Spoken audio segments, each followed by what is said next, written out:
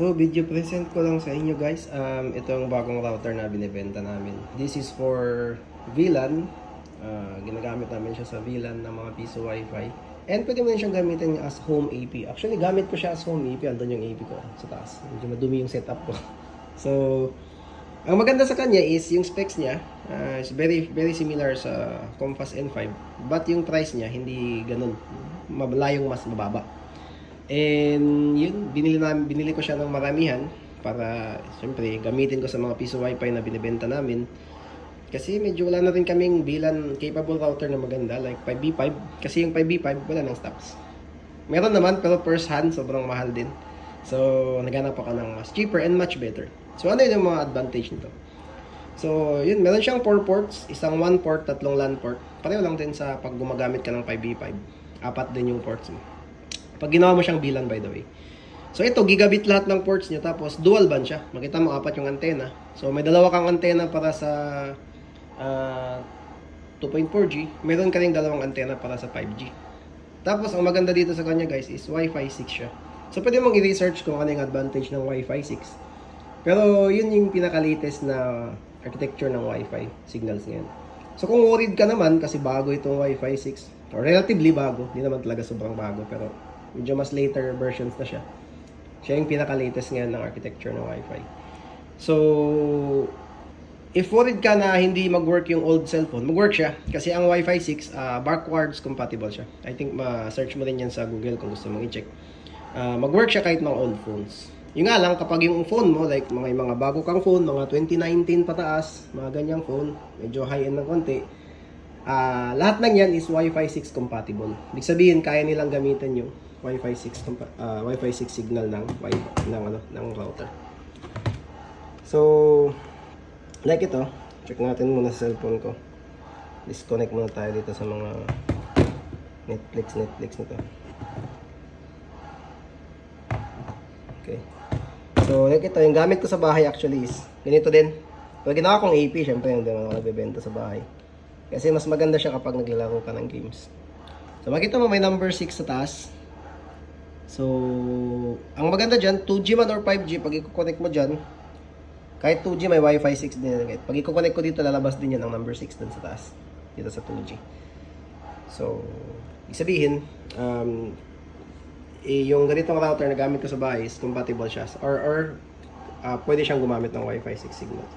So, yun natin. So, kinonfig ko siya flash ko siya into OpenWRT. Kasi mahilig akong gumamit ng SQM.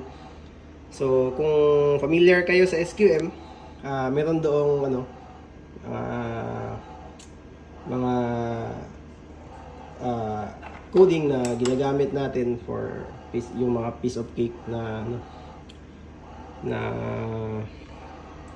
capability ng SQM para kahit maraming gumagamit ng Wi-Fi, hindi masyadong mataas yung buffer bloat na nare-receive ng bawat cellphone. Kaya on natin siya. Mamaya papasukin ko yung SQM gamit yung phone ko. So wala akong bendo. By the way, ang setup natin dito, yung config ko sa kanya sa VLAN is dito yung 1. Ibig sabihin nito, ito yung internet source. Dito yung galing yung globe ko. Ito naman, papuntang ito. Mini PC ko kasi ito ginamit. Actually, may umorder na nito. Naka 16 GB. So, sinabayan ko na ng video para ipakita ko na gumagana siya sa VLAN. And then, may dalawa pang port dito. So, pwede mo itong gamitin sa nakabilang 22 naman itong dalawa. So, pwede mo itong gamitin sa AP, outdoor AP, o tsaka bendo. Naglalagay ka ng LAN type bendo. Ado itong ginamit ko. So, kung meron kang Ado wired sa bendo, pwede mo ikabit dyan. Or, pwede kang maglagay ng switch kung gusto mong damihan pa yung AP mo. Okay, sakaling maramihan yung gusto mo. Tapos, yun. Pag green na siya, ibig sabihin ready na yan. Kapag red kanina, nag-i-start pa lang yan siya. Ano pa ba?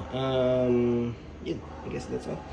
So, ang ginawa ko dito, by the way, kinonfig ko siya. Pareho yung pangalan ng 5G at saka 2G. Pareho lang naman kasi automatic naman yung phone. Kapag 5G capable yung phone mo, papasok siya sa 5G tapos Wi-Fi 6 kaagad. Kapag hindi naman pwede 5G, papasok siya sa 2.4G, Wi-Fi 6 pa rin. So, automated na siya. So, piece Wi-Fi sample yung ginawa kong pangalan. Yun, pasok tayo. Piece Wi-Fi sample. So, makita mo sa piece Wi-Fi sample, may 6 din, di ba? Kasi nakakonect na ako dyan eh. Connected ako kaagad kasi may voucher ako. Wala akong bendo, diba? So, naka-voucher ako sa Ado. So, i-done ko lang ito.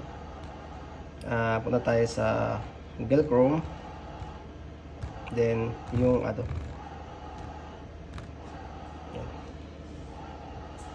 So, may 23 hours pa ako voucher.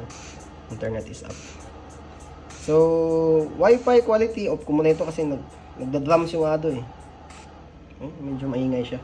So, quality niya sa Wi-Fi signal, okay na okay.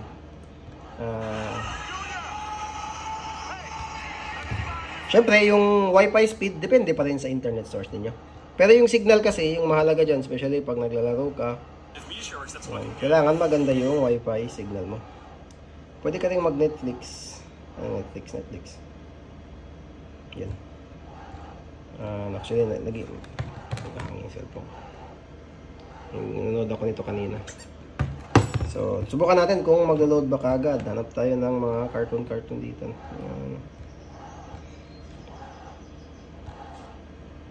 So, makita mo kano siya kabilis. So, syempre, i-factor din natin dito yung bilis ng Wi-Fi. Pero, as Wi-Fi, kapag Wi-Fi 6 kasi, mas mabilis yung transfer rate. Mayroon siyang error correction. Ito yung mga advantage niya compared sa old Wi-Fi. Transfer rate, syempre bandwidth at saka bandwidth na connection ng dalawa at yung error correction. Ganun siyang nilalagay na ganun. So, kapag yung cellphone mo hindi pwede sa Wi-Fi 6, makakagamit pa rin siya. Pero hindi niya magagamit yung capability ng Wi-Fi 6. So, bali parang Wi-Fi 5, parang yung old router lang din. Kasi backwards compatible. Pero pag yung cellphone mo, mga 2019 pataas, pwede na. So, paano mo ba pasukin para mag-edit? Sakaling ito yung gamit mo, no? Paano mo siya papasukin sakaling mag-edit ka ng mga, ng mga Wi-Fi name, mga ganyan. Ay, sorry. 199 pala. 199 pala. So, naka-open WRT yan. Eh, lagay ko muna yung password, ha? Kasi ito, ibibigay ko lang yung password kasi ito ng customer. Eh, binidyo ko lang para at least sa mga nagtatanong, hindi na ako magbibideo ulit. Hindi ko na-save. So, yan. Kita mo, naka-open WRT siya. Punta tayo sa network. Pwede mong gamitin yung network na mayroon siyang SQM-QoS. Although naka-disable sa akin ngayon, pwede mong gamitin. So, ilagay mo lang siya sa, sa 1 or 1. Pwede mo siyang i-SQM yung 1. Saan ba yung 1? Dito. Yan. So, pwede mong ilagay dito yung download speed limit or upload speed limit ng 80% yung recommended nil dito kapag gagamit ka nito. Tapos, doon sa discipline, usually cake lang man ang ginagamit natin. Piece of cake or layer cake. So, pwede mo siyang gamit. Although ako, hindi ko pa siya ginamit dito ngayon. Hindi ko pa siya in-enable. Naka-disable yung SQM. So, pwede mo siyang enable. Let's say, 100 Mbps ka, 80-80 lang ilagay mo dito. 80,000. Oops. 80,000. So, parang 80% daw ng total speed.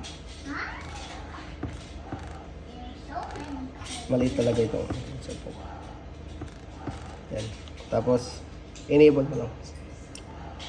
And then yun, lahat ng pwede mong gawin sa SQM, or I mean, sorry, ang pwede mong gawin sa OpenWRT, pwede mong gawin sa OpenWRT router siya. By the way, naka-VLAN 22 ito siya.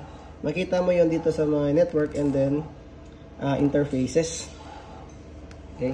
Naka-VLAN 22 yung mga parts ng So, naglagay ako ng Wi-Fi 6 and 1.6 and 1. Usually yung iba, nili-disable nila yung 1.6. So, pwede mo tayong i-disable yung 1.6 or delete na diretso.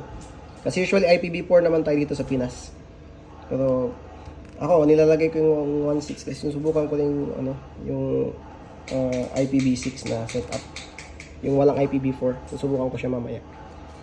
Para kung malalaman kung anong mas maganda. So, okay lang sa mga naglo-loading, wala namang masyadong pagkakapareho. Pero pag naglalaro ka, iba siya. So yun, maraming salamat. So yun lang, ang advantage niya yun nga, Wi-Fi 6, gigabit yung ports, dual band, mayroon siyang 2G and 5G. And, yung price niya kasi, medyo similar lang sa 5B5 na second hand. So, yun, kaya ito yung nire-recommend ko ngayon. And, na-test ko na rin siya kung tumatagal ba siyang walang patayan. Kasi ginamit ko siya sa bahay. Ito yung setup ko sa bahay. So, yan yung ginagamit ko sa bahay para desktop. Nasa wifi namin lahat dito. Then, so far, mga, na yan. 10 days na siyang hindi pinapatay. Kasi So, hindi na siya pinapatay for 10 days. Hindi naman siya nagkakaroon ng problem. no, zero issues siya so far. Ayun, maraming salamat.